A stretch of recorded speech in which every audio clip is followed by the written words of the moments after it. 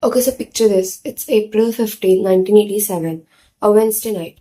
It's raining hard on Highway 46 in Dickson County, Tennessee, and a silver 1979 Monte Carlo just ran out of gas on the side of the road, literally half a mile from the Holiday Inn it just left. Driving is a 17-year-old guy named Lawson Green. Next to him is his twin sister, Leanne. She is still in her work uniform, and in the back is her brand new prom dress because tomorrow night is her junior senior prom. And a family driving home from church sees them stuck and pulls over to help. They offer to drive Lawson to the nearest gas station. Leanne tells her brother that she's scared, but she decides to stay with the car instead of going with them. So Lawson leaves. Some reports say he was gone 9 minutes. Others says 15. Either way, it's not long. So when he gets back, the car's empty, the doors are unlocked, her purse is still sitting right there, her keys too, her prom dress hasn't even been touched. Leanne Green is just gone. And 39 years later, nobody knows what happened to her. Welcome to the last clue, and I did my researching for this case, and if there's something which I skipped, do let me know in the comments, and without further ado, let's start the video. Before we get into the mystery part, I want you to actually know who she was. In a lot of these stories, the person disappears and then just becomes the case. She deserves better than that. Her real name was Martha Leanne Green, but literally nobody called her Martha. Not her teachers, not her friends, not even her own family. Everyone just called her Leanne. She was from White Bluff, a small town in Dickson County, the kind of place where everybody kind of knows everybody. She was well liked, a good student, no history of running away or anything like that. Nothing that would make people think that she left on her own.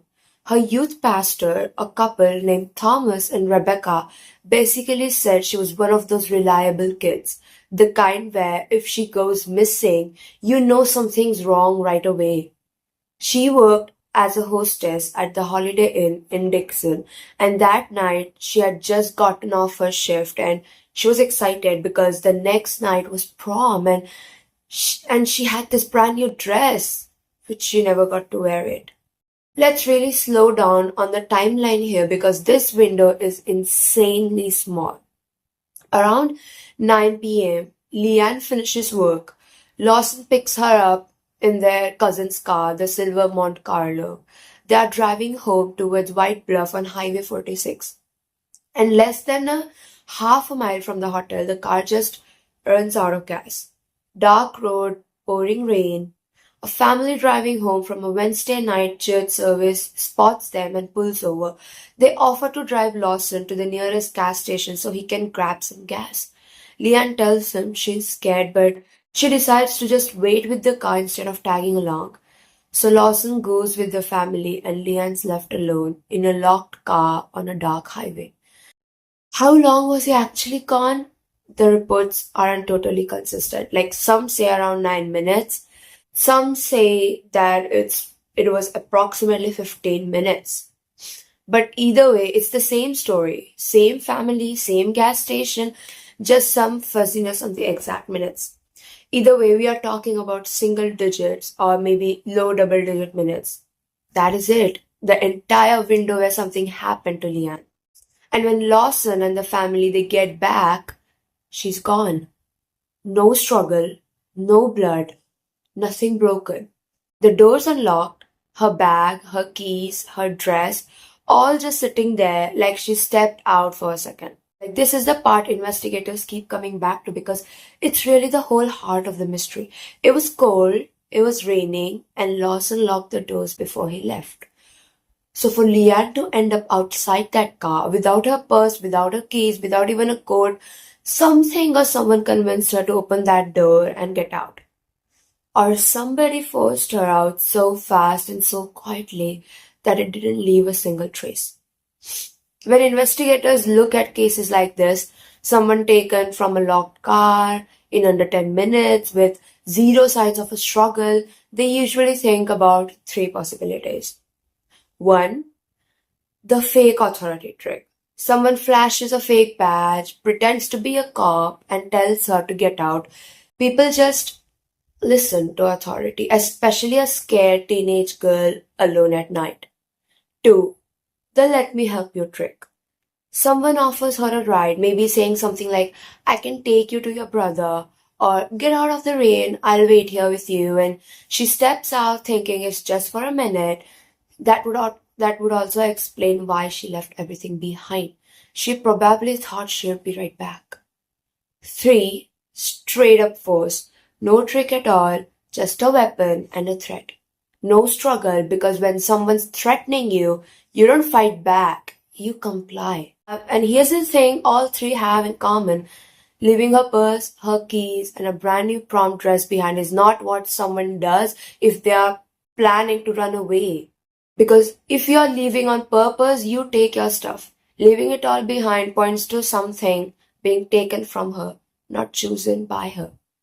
And once police ruled out the she ran away theory, and they ruled that out pretty fast because it just didn't fit who she was, they started a real search. 10 square miles around that stretch of Highway 46, cops, volunteers, and basically the whole community out looking for her.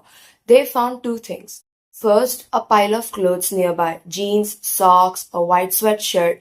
For a second, that probably felt like a huge break, but it turned out those were men's clothes and they had nothing to do with Leanne at all. Dead end.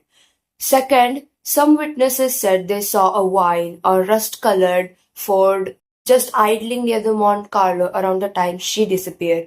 That's honestly the most solid lead they got. They tried to track down that car, never went anywhere. After 3 days with no evidence and no leads, they called off the search. Over almost 4 decades, two names have come up as real suspects. Two very different guys, and neither one has ever been officially tied to Leanne's case. First, Robert McKinley Richards. Not long after Leanne disappeared, Richard got arrested in Florida for an unrelated essay case. While he was locked up, he told investigator he had kidnapped and killed Leanne, and he even offered to take them to where he buried her. They searched multiple spots, found absolutely nothing. No remains, no evidence linking him to her at all. Honestly, this happens a lot more than people think. People in prison sometimes confess to big unsolved cases because sometimes it's to get moved to a safer facilities, sometimes it's for attention, sometimes who even know why. Richard ended up getting murdered in prison before anyone could really push him on it or check his story. So that confession just kind of sits there. Nobody can prove it, but nobody can fully rule it out either. Second, Travis L. McGuire. McGuire is an actual convicted killer. So back in December 1985, about a year and a half before Leanne disappeared, he kidnapped, assaulted, and murdered a young woman named Jenna Marie Rep in New Mexico. And some part of his pattern are honestly pretty unsettling when you compare them. McGuire operated along Interstate 40 and the roads around it. He was basically a highway predator. In the Rep case, he forced her out of her own car. Direct, aggressive approach on a car that wasn't moving. Sounds familiar, right? Afterward, he stripped her, dumped her clothes and purse along a road near Moriarty, New Mexico, then took her somewhere remote to kill her. Dickson County isn't that far from that same Interstate 40 corridor, so geographically it lines up. And the pattern has real similarities, but there's still zero physical evidence tying McGuire to Leanne. It's a theory based on pattern, not a proof. Cold cases like this one honestly run on false alarm just as much as real leads. So back in May 2018, some skeletal remains were found in an old cistern on private property on Blackie Road in Dickson County, close enough to the original scene that investigator had to check it out. For a moment, it felt like this could finally be the answer, but it wasn't. DNA testing showed the remains belonged to an adult man who had been living under a fake identity. No connection to Leanne whatsoever. Since then, the case has basically stayed alive because of social media coverage. So, almost 40 years later, what could actually crack this case open? Investigators point to a few things. First, genetic genealogy. Basically, taking Leanne's DNA and running it through public and commercial ancestry databases, not just the standard police database. This kind of thing has solved way colder cases than this one, especially for matching up with unidentified remains that might have turned up somewhere along that Interstate 40 corridor. Second, retesting the physical evidence with modern technology. Her purse, her keys, her dress, all still sitting in evidence since 1987. Touch DNA testing didn't exist back then, but it does now. There's a real change. Whoever touched those things that night left something behind that old school forensics just couldn't catch. Third, mapping out every unsolved abduction, assault, and murder along Interstate 40 between 1985 and 1990, looking for patterns. That kind of analysis could either make the case against someone like McGuire stronger or clear him completely and point somewhere else. And here's what really sticks with me about this case. 9 minutes. Maybe 15, that is it. That's the whole window. A stalled car, a rainy night, her brother riding off with total strangers just to grab some gas, and in less time than it takes to listen to this part of the episode, a 17-year-old girl with a prom dress in the back seat just vanished. Somebody out there knows something, a confession that might be true or might just be a lie from a guy who's not even alive to ask anymore. A suspect whose pattern fits a little too well but with no actual proof, and a community that's been waiting almost 40 years for answers, for wanting to know what actually happened to Leanne Green.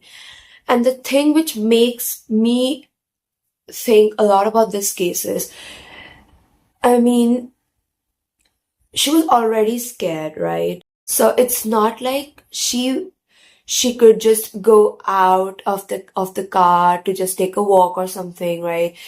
I mean, she was a teenager and it was dark outside, and she didn't even take her purse. That's the thing. She didn't even take her purse. Like, no matter wherever you're going, right? Even if it's for 5 minutes, you take your purse. Like now, in this age, you take your keys, your mobile, you don't leave your phone behind, right? So that time, you don't leave your purse behind because your purse has money, right?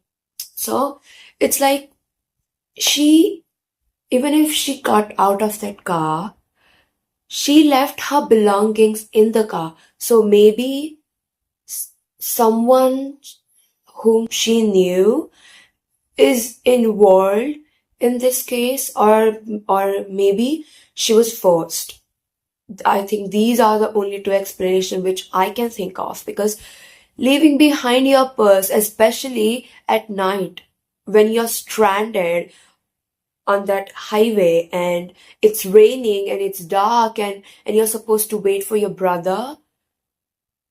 So I don't think any sane person would leave behind their belongings even if they are going out for a minute. So I think the most believable outcome is someone whom she knew, they are involved in this case. Or maybe the person who's responsible for it, she didn't sense any danger coming from that person. But obviously, these are something which only Leanne and the person who's responsible for it could answer.